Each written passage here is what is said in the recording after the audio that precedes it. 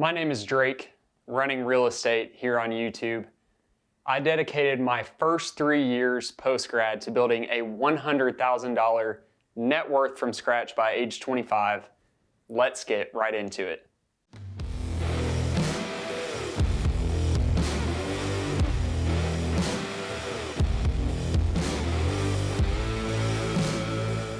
Crossing six figures was a simple yet trying process I went through from June of 2016 to June of 2019.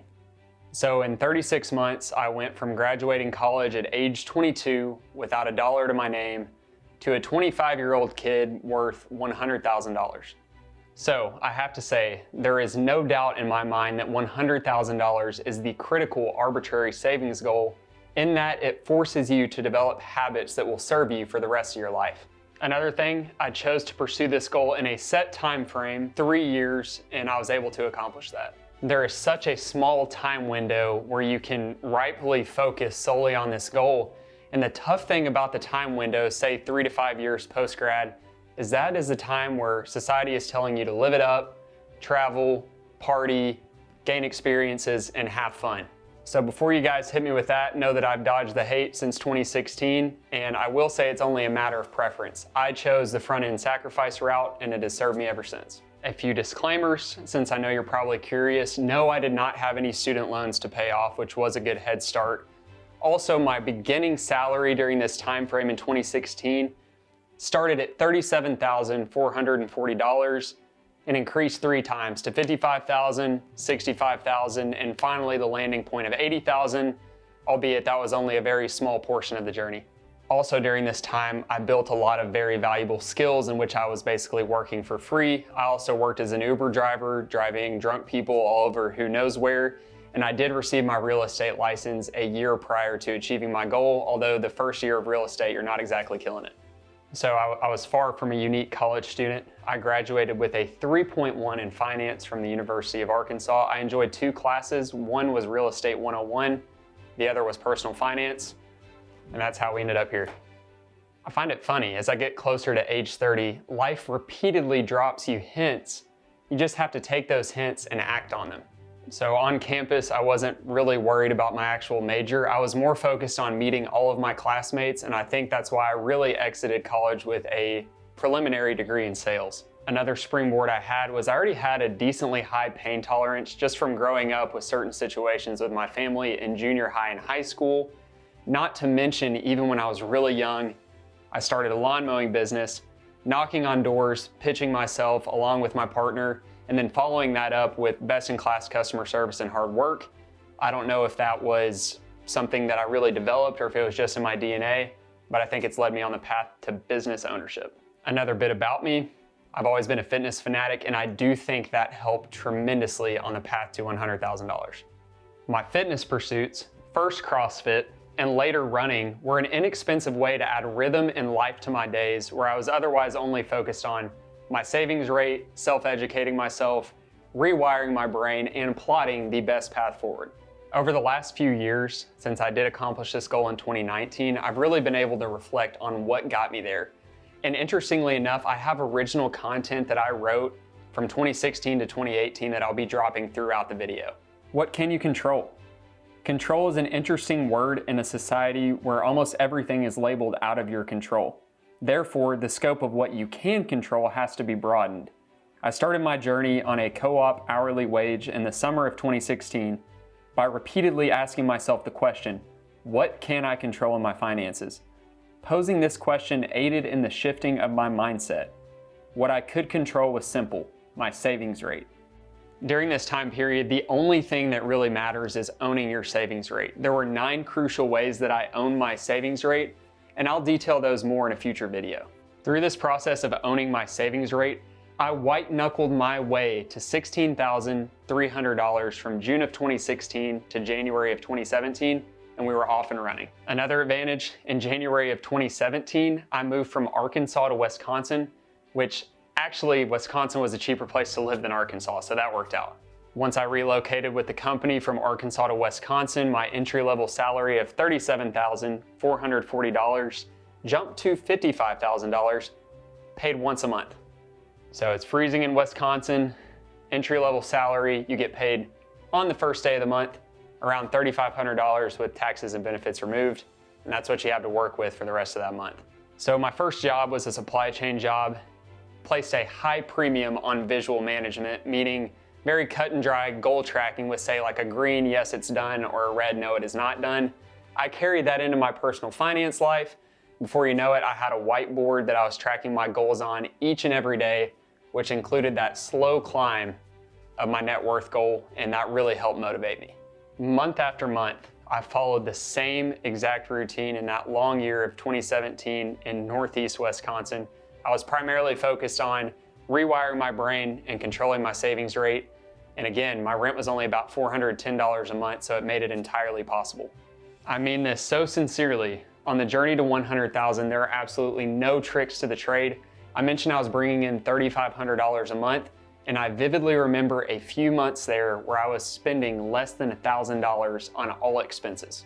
My fun activities included frequenting a coffee shop, writing original content, studying personal finance material, anything to pass the time and continue to educate myself.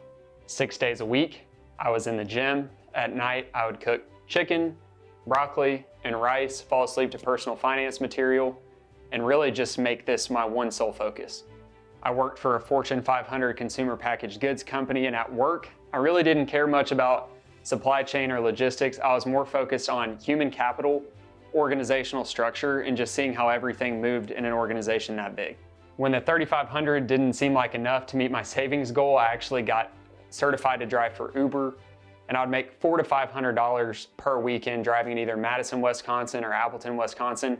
Then I was left to deal with the hangover associated with driving drunk people all night, and I'd sleep all day on Saturday or Sunday. 2017 was a good 50 to 60 hours per week. I'd spend 40 at my job, 7 hours or so driving Uber, 7 to 10 writing or studying, and that didn't include the time I was spending in the gym, so most of my time was occupied. By the end of 2017, at age 23, I had white-knuckled my way to $44,032. I have the exact numbers because I was religious about tracking. What that amounts to is about $2,300 of growth per month. And again, I was bringing in $3,500 to $3,900. So you do the math, I was living off maybe 30–40% of my income on any given month. It's so tough to go back there mentally because 2017 was by far the most difficult and extreme year of this journey, but you have to do it. It takes massive action to get a massive result, and I credit so much of the success that I'm now having to that year of 2017 of practicing delayed gratification. What is crazy about $100,000 is there's really not any shortcuts. It's about how much pain can you endure and how much are you willing to focus on this process. At this point, there's really not enough of an asset base to get significant investment returns, and you really see that when you're building to 100. The more you solicit free advice from friends and family, the harder you are going to fail. You have to have an unwavering belief in yourself and what you're trying to accomplish. Through this process, I'm now a huge believer in medium-term goals. I believe part of my success was I never looked past the $100,000 mark, and I think that's why it never seemed insurmountable, and there was really not a moment where I didn't think, I can do this. 18 months into the journey, at the end of 2017, I moved back to Northwest Arkansas because a company was willing to pay me $65,000 along with a signing bonus. I jumped on the opportunity and headed home. When I moved back home, it seemed like a more permanent fit for me, and I employed all of the strategies that I had learned from reading and writing and studying for the last 18 months and purchased my first home.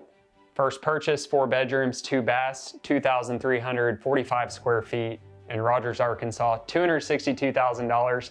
And I vividly remember calling one of my good friends from college to represent me. So he came in from another town, looked at the home once, wrote the contract. On closing day, received 3% of 262, which is like $7,800, give or take. I put that one in the memory bank. In 2017, I was a sponge. I was listening to material, reading material, soaking up anything and everything that I thought could help me on the journey. Whereas in 2018, I was beginning to form the basis of what is now my current investment strategy. I studied enough to feel confident buying the home at 3% down on a conventional loan. And where I separated myself was I immediately had 2 good friends move in and pay some of the mortgage off for me, which was a huge help. What my friends don't know is I wasn't ever really trying to make a dime off of them. I was trying to be extremely fair. And I think in 2018, I realized that being fair in all business dealings can be a pillar of success. And I think that's why my wealth has continued to grow faster than I could have anticipated while white knuckling that first $50,000 in Wisconsin back in 2017. By mid-2018, 24 months into the journey, I had crossed the $70,000 net worth mark. This consisted of 15% in cash, 26% in assets, 34% in a retirement account, and the additional 25% in home equity for the home that I had purchased 6 months prior. Having 25% of my asset base already in real estate was one of the first light bulb moments where I realized that real estate investing might be the route for me. Coincidentally, I studied for and was holding my Arkansas real estate license by the summer of 2018.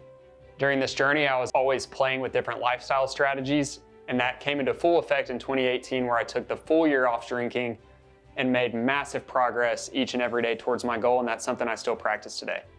From this point forward, I knew I was fairly well set up. I had a consistent job paying me an annualized $65,000 salary. I had friends helping me pay off the mortgage on an appreciating asset. And now with my real estate license, I felt for the first time like I was getting into something that really allowed me to flex my true skills of sales, and I knew it had the potential to be a true secondary income. Something people don't talk about is it's so easy with those things I mentioned to get excited about where I was at versus where I started, as it started to hit me that I was actually making progress. But it was so important for me from that $70,000 to $100,000 mark to focus on the mission in mind, keep climbing the mountain, not let distractions get in the way. And so that's exactly what I did. Unfortunately, in the winter of 2018, there was some shakiness in the market. And so it actually took me until the summer of 2019 to achieve my goal. So when you look at it from a grander scale, it took me 18 months to get to about $45,000, and then an additional 18 months to hit the $100,000 mark. What does this tell you? A few things. Number one, what you learned from this is that investment returns play a very small part in achieving the $100,000 net worth goal. And number two, the fairly even split, to use a running term, from the first 50 to the last 50 shows you just how difficult this is on an entry-level corporate salary. I mean, it's definitely not for the faint of heart. There's no celebration with an arbitrary goal. I remember the day that I hit 100,000, I told a few good friends, told my mom, but that was really it. Just another day, which makes sense because some of you are going, what's the big deal? It's $100,000, whatever. I will tell you that when you slingshot yourself out of a past situation, given the way that I grew up, it hits different. I realized at that point that I had put in the work and practiced delayed gratification that would serve me going forward. The jet fuel that helped propel me, I think more than anything psychologically, was my real estate license, because it's not a money printer in your first few years, but for me, it gave me something to work towards, something to learn, another skill to acquire, which ultimately distracted me enough to continue pushing forward and knock out this goal. Self-educating and focus on investing early and often, along with a diversified investment strategy, and the unexpectedly strong salary, I have to admit, of $80,000 at the tail end, all helped me cross the line. However, that was the last salary I would ever receive before I quit my full-time job right when the virus hit to pursue full-time business ownership. So now in 2021, I work for myself, I employ multiple people, I'm able to give back to organizations and causes I care about, and I can fully focus on distance running training. The level I'm pursuing takes a whole lot of time. Not to mention, I'm free to be myself every day of the week, which I cannot say was the case during my corporate experience. Remember, everyone you know will attempt to put your life in a box. This is something that they will carry with them for comfort's sake. You, my friends, control your financial destiny. If a pursuit excites you and convicts you, go for it. So block out the noise, block out the haters, dare to be different, and create your own version of reality. My name is Drake, running real estate here on YouTube. Today I got very personal about my journey building a net worth of $100,000 from 2016 to 2019, age 22 to age 25.